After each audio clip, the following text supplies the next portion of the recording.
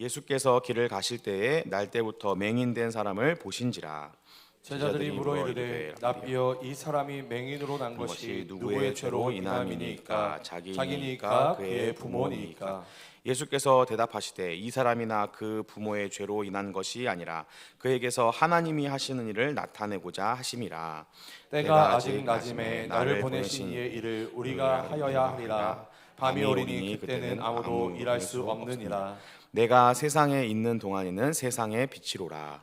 이 말씀을 하시고 땅에 침을 뱉어 진흙을 이겨 그의 눈에 바르시고 이르시되 실로암 못에 가서 씻으라 하시니, 실로암은 번역하면 보냄을 받았다는 뜻이라. 이에 가서 씻고 밝은 눈으로 왔더라. 이웃 사람들과 전에 그가 거리는 것을 보았던 사람들이 이르되 이는 앉아서 구걸하던 자가 아니냐. 우리 같이 읽겠습니다. 어떤 사람은 그 사람이라 하며 어떤 사람은 아니라 그와 비슷하다 하거늘 자기 말은 내가 그라 하니. 아멘. 네, 오늘 본문 말씀은 제가 전에 한번 나눈 적이 있는 말씀입니다. 특별히 저는 요한복음 말씀을 좋아하는데요. 요한복음에 대해서 동료 사역자분들에게 이런 말을 들어본 적이 있습니다. 신대원 다닐 때 수련회, 중고등부 수련회에 가서 아무것도 하지 않고 3박 4일 동안 요한복음만 읽어도 택자들은 구원을 받는다라고 이야기할 정도로 아무런 활동하지 않고 그냥 요한복음을 읽는 것만으로도 큰 은혜가 있다라는 그런 뜻으로 사용이 됩니다. 그래서 저는 이 요한복음의 말씀을 참 좋아하고 이 요한복음의 말씀을 통해서 오늘 또 같이 은혜를 나누려고 합니다. 먼저 이 요한복음의 말씀에서 오늘 이제 9장부터는 굉장히 중요한 내용을 담고 있습니다. 어떤 내용을 담고 있냐면 이제 예수님께서 내가 이 세상에 빛이고 이 세상에 하나님의 아들로 온 구원자다라는 것을 본격적으로 드러내기 시작하시고 그에 합당한 기적들을 베푸시는 사건들이 9장부터 이어져 나가고 있습니다. 그래서 그 구원의 그 기적의 시작으로서 제시되는 것이 오늘 이 9장 말씀입니다. 이 9장 말씀에서는 날 때부터 맹인된 사람이 등장하고 있습니다. 1절 말씀을 제가 다시 한번 읽어드리겠습니다. 예수께서 길을 가실 때에 날 때부터 맹인된 사람을 보신지라. 아멘. 이 1절 말씀에는 예수님께서 오늘 이 맹인을 어떻게 보고 있는지 예수님의 시선을 우리에게 보여주고 있습니다. 예수님은 아무런 것 없이 그저 맹인된 이 사람을 보셨습니다. 그러나 이 예수님의 시선과는 반대되는, 예수님의 시선과는 비교되는 이 제자들이 이 맹인을 어떻게 보았는지가 2절 말씀에 나와 있습니다. 2절 말씀 제가 다시 한번 읽어드리겠습니다. 제자들이 물어 이르되 랍비여 이 사람이 맹인으로 난 것이 누구의 죄로 인함이니까 자기니까 그의 부모니까. 아멘. 사랑하는 우리 동강교회 성도 여러분, 이 1절과 2절 말씀을 보면 예수님의 시각과 또 제자들의 시각이 어떻게 다른지, 다른 말로 하면 예수님을 믿는 우리들의 시선과 우리가 믿고 있는 예수님의 시선이 어떻게 다른지를 우리는 볼 수가 있습니다. 이 세상은 복잡할까요? 단순할까요? 이 세상 모든 일들이 규칙에 따라서 예측 가능하게만 이루어진다면 이 세상 모든 사람들이 다 살 만큼 살고 행복한 인생을 살게 될 것입니다. 이 세상에서는 분명히 이렇게 하면 잘 되고 분명히 이렇게 하면 안 된다라는 그런 기본적인 규칙들이 지켜질 때도 있지만 안 지켜질 때도 많이 있습니다. 그래서 세상은 복잡합니다. 복잡하다라는 것은 예외가 많다라는 것입니다. 공부를 열심히 하면 성공하게 될까요? 안 될까요? 공부를 열심히 하는 학생들은 성공을 할까요? 못 할까요?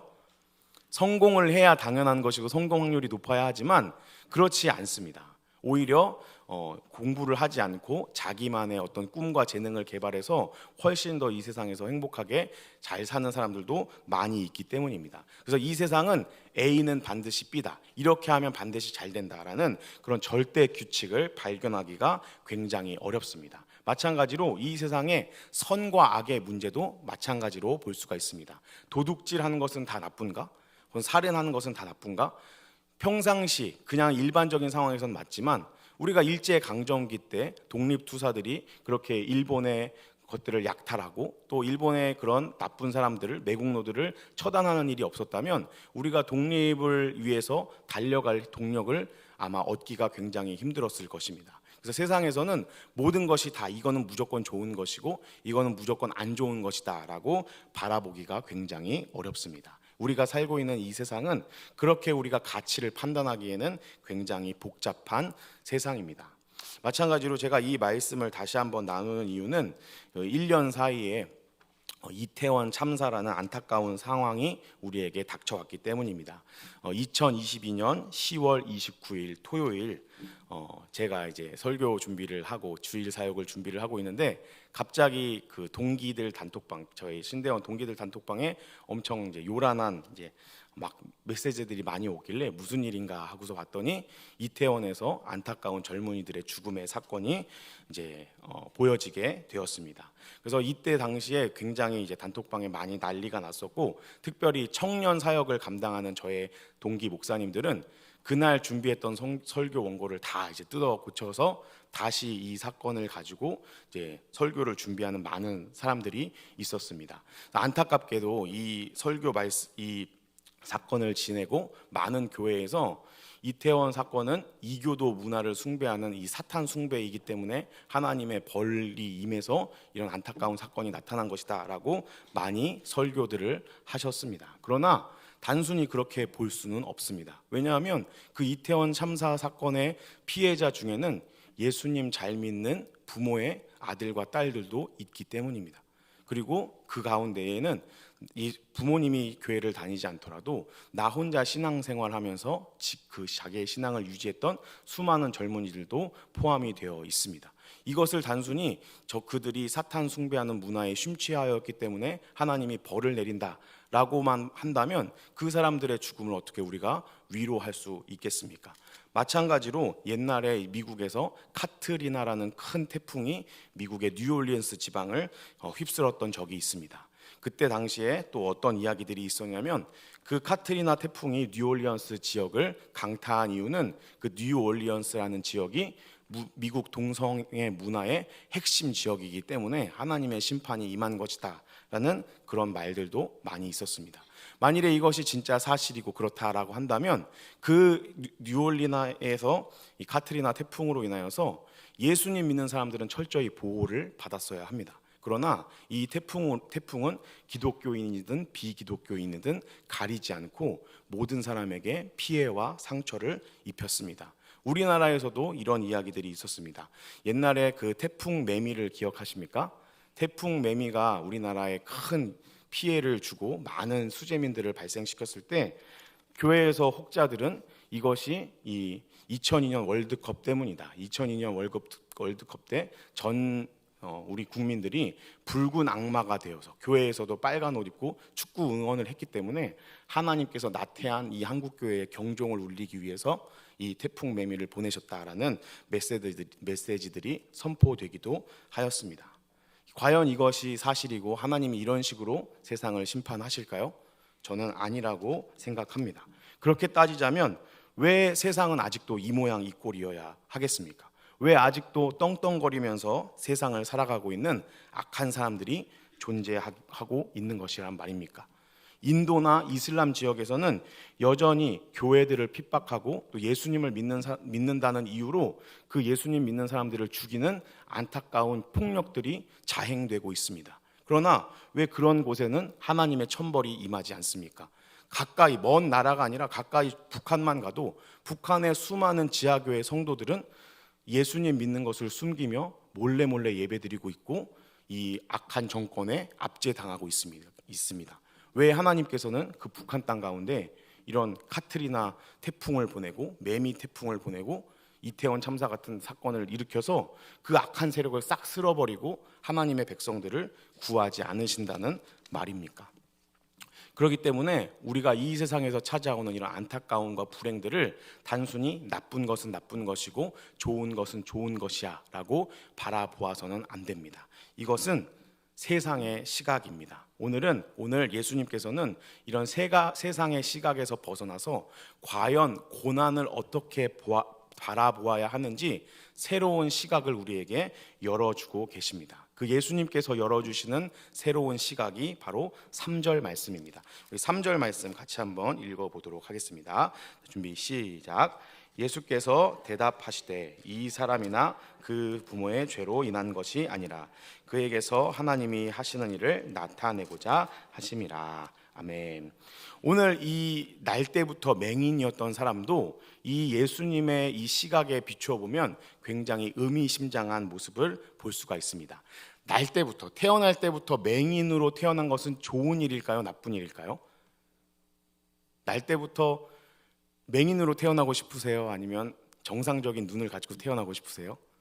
정상적인 눈을 가지고 태어나고 싶습니다. 그렇기 때문에 이 세상의 시각, 좋은 건 좋은 거고 나쁜 건 나쁜 것이다 라고 봤을 때 날 때부터 맹인이 된 것은 굉장히 안타까운 일입니다. 그러나 오늘 예수님 때문에 이 날 때부터 맹인된 사람은 그 눈이 띄어지는 놀라운 역사, 그리고 하나님이 하시는 일을 드러내는 영광스러운 자리에 쓰임을 받게 됩니다. 또 한 가지, 그러면 이 날 때부터 맹인이었던 사람의 눈이 띄어지는 일은 좋은 일일까요? 나쁜 일일까요? 우리 성도님들 눈이 안 보이시는데 예수님이 눈을 띄어주셨으면 좋겠어요? 아니면 계속 그래 넌 안 보이는 채로 살아라 하셨으면 좋겠어요? 눈이 띄어지는 게 좋은 일입니다. 그러나 이 눈이 띄어짐으로 말미암아 이 사람은 날 때부터 맹인이었던 사람들은 바리새인들에게 취조당하듯이 누가 너를 고쳐줬느냐 이러면서 굉장히 부담스러운 신문을 겪게 됩니다. 그러니까 예수님께서 오늘 이 사람을 통하여서 우리에게 하시고자 하는 이야기가 있습니다. 이 세상 사람들은 고난을 어떻게 바라볼까요? 고난은 무의미한 것으로 없으면 없을수록 좋다라고 세상 사람들은 생각합니다. 그래서 이 세상이 점점점 부자는 더 부자가 되고 가난한 사람들은 더 가난한 이 부의 고착화가 되는 이유 중에 하나는 뭘까요?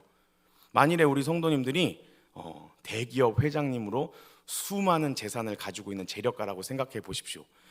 우리 성도님들의 아들과 딸들에게 한 푼도 물려주지 않으시겠습니까? 모든 것을 다 사회에 환원하고 내 아들, 딸들은 밑바닥부터 경험을 해봐야 그게 인생의 좋은 경험이고 그래야지 세상을 잘 살아가니까 나는 한 푼도 우리의 아들과 딸들에게 유산을 물려주지 않을 거야 라고 하실 분이 과연 있을까요? 없습니다. 왜냐하면 부모의 마음은 다 똑같습니다. 내가 했던 고생 내 자식은 겪지 않았으면 좋겠기 때문에, 내가 겪었던 이런 어려움과 아픔들 내 자녀는 피해갈 수 있으면 좋기 때문에, 내가 힘이 되고 능력이 되고 재력이 된다면 나의 이런 것들을 이용해서 내 아들과 딸, 내 자녀들에게는 최대한 그런 고통들을 겪지 않게 해주고 싶은 것이 부모의 마음입니다. 우리 성도님들도 다 그런 마음으로 사시지 않습니까? 저는 아직 자식이 없지만 만일에 미래에 자식이 있고 제가 능력만 된다면 저도 제가 겪었던 이런 어려움들을 겪지 않도록 내 자녀의 길을 인도해 주고 싶습니다. 그러나 이것은 옳지 않습니다. 왜냐하면 이것은 굉장히 세속적인 시각이기 때문에 그렇습니다. 근데 이게 안타까운 것이 세상 사람들만 고통과 고난을 이렇게 보는 것이 아니라 기독교인들도 세상 사람들과 마찬가지로 우리의 삶 가운데 찾아오는 고난을 생각하고 바라보고 있다는 것이 굉장히 안타까운 일입니다. 저는 이제 조금 이렇게 부요한 지역의 모 교회에서 이제 계속 신앙생활을 해 왔는데요. 그 교회에서 저희 아버지가 이제 부교육자 생활을 하셨습니다. 그런 좀 이렇게 부유한 지역에서는 갑자기 잘 나오던 성도님이 어느 날 이제 안 나오게 되면 그러면 이제 그 100% 뭔가 변고가 있는 것입니다. 가장 흔하게 생각할 수 있는 것은 뭐 몸이 안 좋아서 병원에 입원하시거나 혹은 다리를 다치거나 이렇게 해서 거동이 불편해서 교회에 못 나오는 이런 일반적인 이유도 있지만 또 다른 이면의 이유가 있습니다. 뭐 어떤 이유냐면 창피해서 교회를 안 나오는 경우들이 있습니다. 내가 이 교회의 집사 혹은 권사, 장로직이나 됐는데 내 남편의 사업이 망했는데 창피해서 어떻게 교회를 갑니까? 내가 교회에서 이런데 내 자녀가 이렇게 이혼의 아픔을 겪었는데 내가 창피해서 어떻게 교회를 갑니까? 라고 하면서 그런 이유들로 교회에 안 나오는 성도님들이 많이 계십니다. 이것은 우리가 세상 사람들과 똑같이 고난은 무의미한 것이고 없으면 없을수록 좋은 것이다 라고 이 세상을 바라보기 때문에 겪게 되는 안타까운 현상이라고 저는 생각합니다. 사랑하는 우리 동강교회 성도 여러분, 하나님이 우리의 아버지이심을 믿으십니까? 그리고 그 하나님께서는 우리에게 가장 좋은 것만 주시기 원하시는 아버지라는 것을 믿으십니까? 그러면 그 하나님께서 왜 우리의 삶 가운데 고난과 어려움들을 허락하시는 것일까요? 이것이 단순히 고통과 고난은 없으면 없을수록 좋은 것이기 때문에, 너가 잘못을 크게 했기 때문에, 너가 죄가 있기 때문에 이 정도 고통은 당해야 해 라고 하면서 우리에게 그런 고난을 주시는 것이 아니라는 이야기입니다. 오늘 예수님께서 3절 말씀에 말씀하시는 것처럼 그 사람의 죄 때문도 아니요, 그 사람의 부모의 죄 때문도 아니요, 하나님이 하시는 일을 드러내기 위하여 하나님이 우리의 삶 가운데 고난과 역경을 허락하신다라는 사실을 우리는 반드시 기억해야 합니다. 생각해 보십시오. 만일에 하나님이 어떤 사람이 잘못한 것이 있어서 그 잘못한 것을 벌하기 위해서 어떤 사람이 태어날 때부터 시각장애인으로 태어나게 한다면 그것이 과연 하나님이 사랑의 하나님이다라는 증거가 될 수 있을까요? 물론 하나님의 주권은 우리의 이해를 뛰어넘기 때문에 하나님은 그렇게 하실 수 있는 분이십니다. 그러나 제가 믿는, 제가 알고 있는 하나님은 이 사람이 너무나도 큰 죄를 지었기 때문에 그 죄를 심판하기 위해서 이 사람은 날 때부터 맹인으로, 시각장애인으로 태어나야 해 라고 하면서 그 사람을 장애를 갖는 몸으로 태어나게 하실 분이 아닙니다. 예수님께서 오늘 말씀하시는 이 말씀은 하나님의 주권에 대한 선포라는 것을 우리가 기억해야 합니다. 모든 것은 하나님 손에 달려 있다라는 예수님의 힘있고 능력 있는 선포의 말씀입니다. 우리가 매일매일 신앙의 길을 걸어가는 성도로서 나의 삶에 좋은 일도 생기고 나쁜 일도 생기지만 그 모든 것들이 하나님께서 나에게 주시는 주권적인 하나님의 역사다라는 것을 우리는 기억해야 한다라는 말입니다. 그리고 이 말씀을 보면 1절, 2절에 예수님의 시각과 제자들의 시각이 우리에게 비교가 됩니다. 날 때부터 시각장애인으로 태어난 이 맹인을 예수님은 그 맹인 자체를 보셨지만 제자들은 그 사람의 죄를 보았습니다. 이 말은 무엇입니까? 우리 예수님은 우리에게 다가오실 때 저 사람은 구원받을 만한 사람인가? 저 사람은 뭔가 내가 건져낼 만한 사람인가? 라는 그런 판단이 아니라 그저 아프고 죄에 빠져 비참해진 우리의 인생 가운데 먼저 우리를 보시고 찾아온다라는 말씀입니다. 그렇기 때문에 우리는 하나님 앞에 아무런 노력도 하지 않았는데 아직 죄인 되었을 때 하나님은 먼저 우리를 찾아와 주셨습니다. 그래서 그런 우리를 불쌍히 여기시고 자녀 삼아 주시고 그 비참한 죄의 구렁텅이에서 자기의 생명으로 우리를 건져내 주신 것입니다. 이것이 1절 말씀에 예수님께서 날 때부터 맹인된 사람에게 그 시각을 고정하시고 오늘 이 치료의 역사를 베푸시는 이유입니다. 우리의 삶 가운데도 마찬가지입니다. 우리가 신앙적인 열심을 내면 얼마나 낼 수 있겠습니까?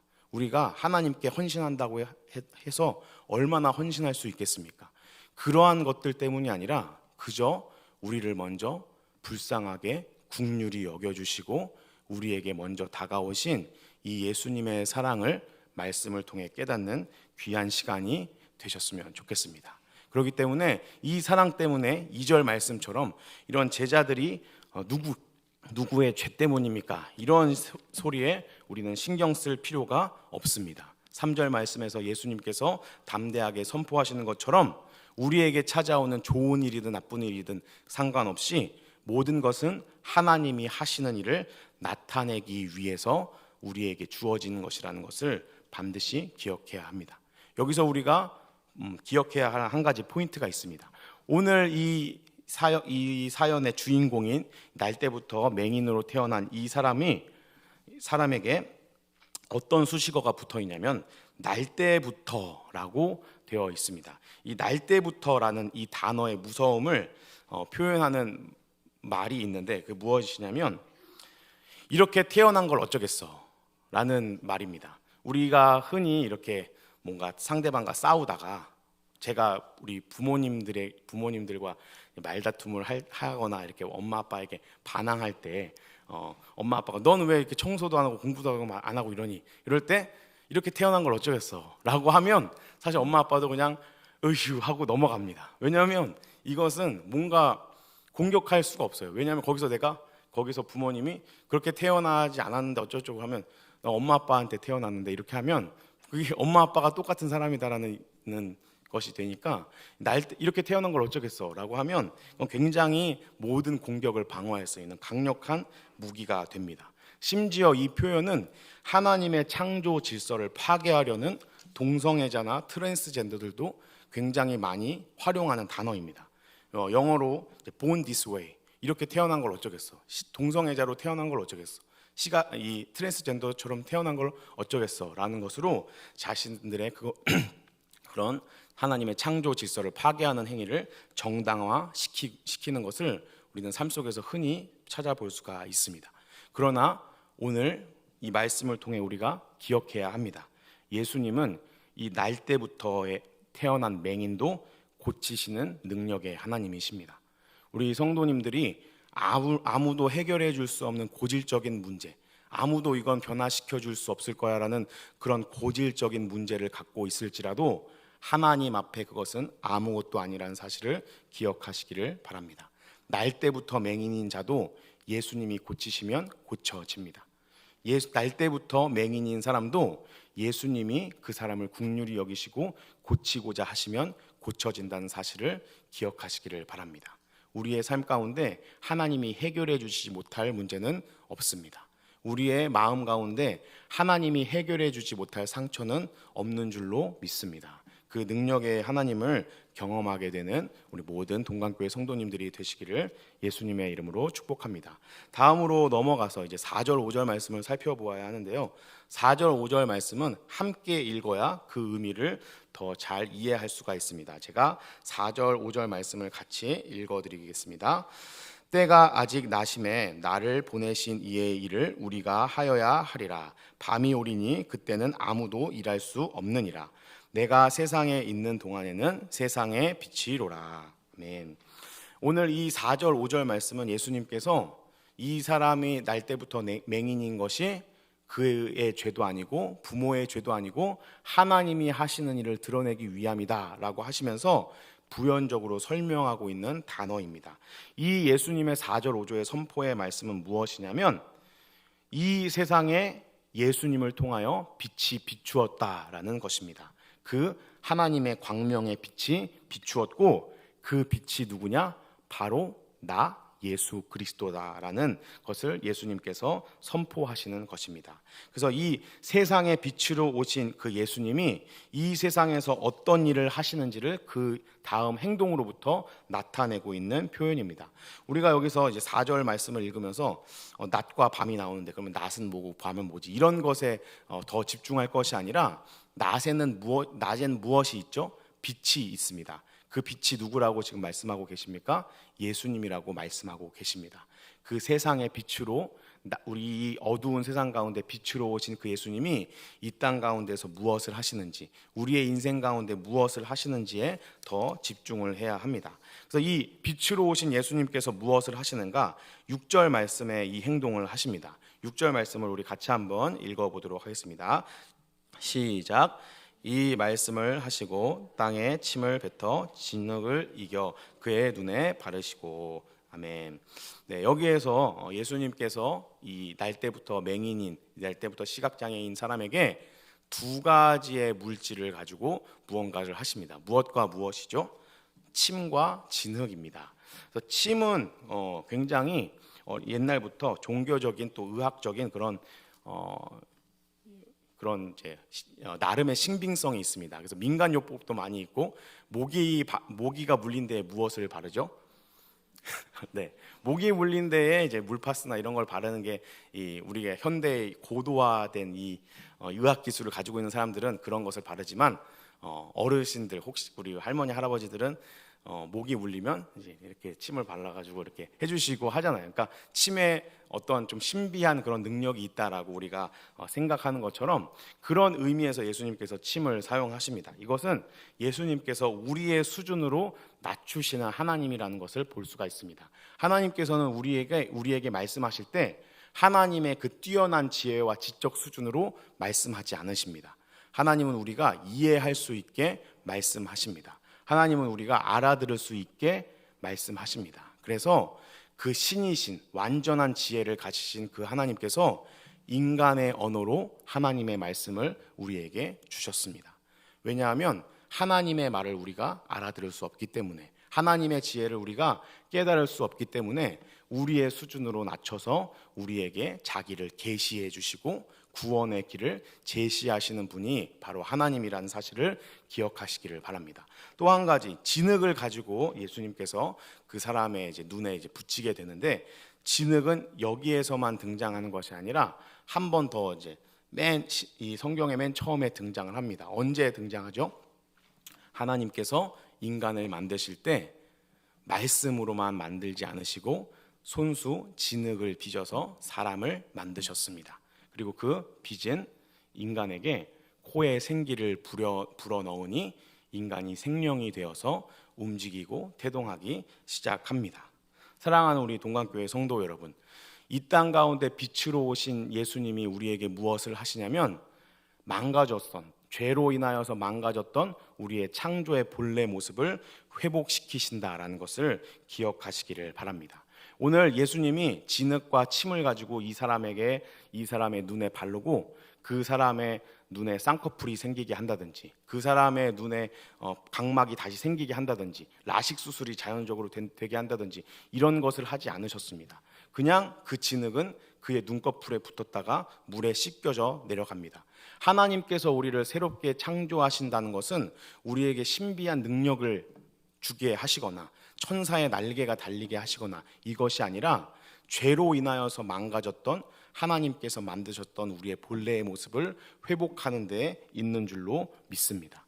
예수님께서는 우리가 죄로 인하여서 누리지 못하는 하나님께서 창조하셨던 그 창조의 모습을 누리게 하기 위하여 우리를 고치시고 새롭게 창조하시는 분이십니다. 그래서 이 창조의 본래의 모습을 회복하는 것이 무엇이냐면 바로 7절 말씀입니다.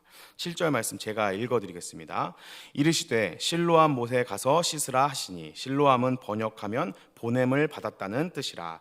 이에 가서 씻고 밝은 눈으로 왔더라. 아멘. 그러면 우리가 창조의 본래의 모습을 회복한다라는 것은 어떤 것일까요? 어떤 것이냐면 우리가 있어야 할 자리를 기억하는 것입니다. 이 실로암이라는 연못에서 씻으라고 하면서 요한이 굳이 이 실로암이 어떤 뜻인지 기록하고 있습니다. 어떤 뜻이죠? 보냄을 받았다라는 뜻입니다. 사랑하는 우리 동강교회 성도 여러분, 우리는 하나님께 보냄을 받아서 이 땅 가운데 태어난 존재들입니다. 하나님께서 이 세상에 사람을 만드실 때 어떻게 만드셨죠? 하나님의 형상을 따라 인간을 만들고 그 다음에 어떻게 하셨어요? 그들로 땅의 모든 것을 다스리게 하자라고 하셨습니다. 세상 만물을 만드신 하나님이 친히 이 세상 만물을 통치하실 수 있었지만 직접 통치하지 않으시고 손수 빚으신 인간을 그 땅 가운데 보내셔서 통치하게 하십니다. 그리고 그 통치를 하면서 필요한 모든 것들을 허락해 주시고 심지어 복까지 주십니다. 생육하여 번성하여 땅에 충만하여 모든 것들을 다스리라고 이야기해 주십니다. 예수님께서 우리를 새롭게 창조하신다라는 의미는 그 하나님께서 창조하신 본래의 모습을 회복한다라는 것입니다. 하나님께서 이 땅 가운데 인간을 보내시고 인간을 청지기 삼아 본인이 만드신 이 창조 세계를 온전히 다스리는 통치자의 역할을 하는 그 자리를 회복하는 것이 바로 창조의 자리, 옛날의 그 창조의 본래 모습을 회복하는 것입니다. 우리는 보냄받은 자들입니다. 하나님께서 우리를 이 땅 가운데 보내셨습니다. 왜 보내셨을까요? 이 땅 가운데서 잘 먹고 잘 살면서 이 세상의 모든 문명의 이기를 누려라, 그것을 누리기 위해 보내신 것이 아니라 하나님 대신 이 땅을 아름답게 통치하고 다스리라고 보내주셨습니다. 이 땅의 모든 약하고 연약한 것들을 보듬어 주며 하나님의 사랑을 이 땅 가운데 실현하고 하나님의 사랑을 보여주라고 우리를 보내주셨습니다. 창조의 본래의 모습을 되찾는다라는 것은 우리가 있어야 할 자리를 찾는 것입니다. 하나님께 보냄받은 사람의 자리에 서는 것이 바로 이 창조의 본래의 모습을 회복하는 것입니다. 그래서 이 7절 말씀에 보면 이 날 때부터 맹인이었던 사람이 그렇게 실로암 못에 가서 눈을 씻고 나서는 밝은 눈으로 왔다라고 되어 있습니다. 우리 한글 성경에는 밝은 눈으로 왔다라고 되어 있지만 이제 헬라어를 보면 이제 블레포라는 단어가 쓰여지는데 이 블레포라는 단어는 어떤 뜻이냐면 영어로 to have faculty of sight라고 해서 시력을 갖게 되다라는 뜻입니다. 이것이 무슨 뜻이냐면 보지 못했던 사람이 보게 된다라는 것입니다. 단순히 육적으로 보지 못했던 사람이 보게 된다라는 뜻을 넘어서 영적으로 하나님이 나를 이 땅에 보내시고 나를 만든 창조주가 계시다라는 것을 보지 못하는 영적인 눈이 감겨진 사람이 이제 그 영적인 눈이 띄어서 창조주를 볼 수 있게 된다라는 것입니다. 하나님이 나를 이 땅 가운데 보내셨다는 사실을 인지할 수 있게 되었다라는 뜻입니다. 그래서 이 사람은 이제 창조의 자리를 기억하고 보냄받은 사람답게 살아가는 모습을 보여주고 있습니다. 우리는 예수님을 만나면 이렇게 변화됩니다. 예수님을 만나면 이렇게 자기 자리를 기억하고 창조의 본래의 모습을 회복하여 멋지게 하나님께 쓰임받는 인생을 살게 됩니다. 그러나 우리를 바라보는 세상은 달라질까요? 안 달라질까요? 달라지지 않습니다. 그렇게 우리를 바라보는 세상이 어떤지를 8절 말씀에서 이렇게 묘사하고 있습니다. 8절 말씀을 제가 읽어드리겠습니다. 이웃 사람들과 전에 그가 거린이었던 사람들이 이르되 이는 앉아서 구걸하던 자가 아니냐. 아멘. 우리는 예전과 똑같은 모습이기 때문에, 그리고 우리 주변에 있는 사람들 역시도 눈이 어두워져서 보지 못하는 사람들이기 때문에 우리를 보는 시선은 똑같습니다.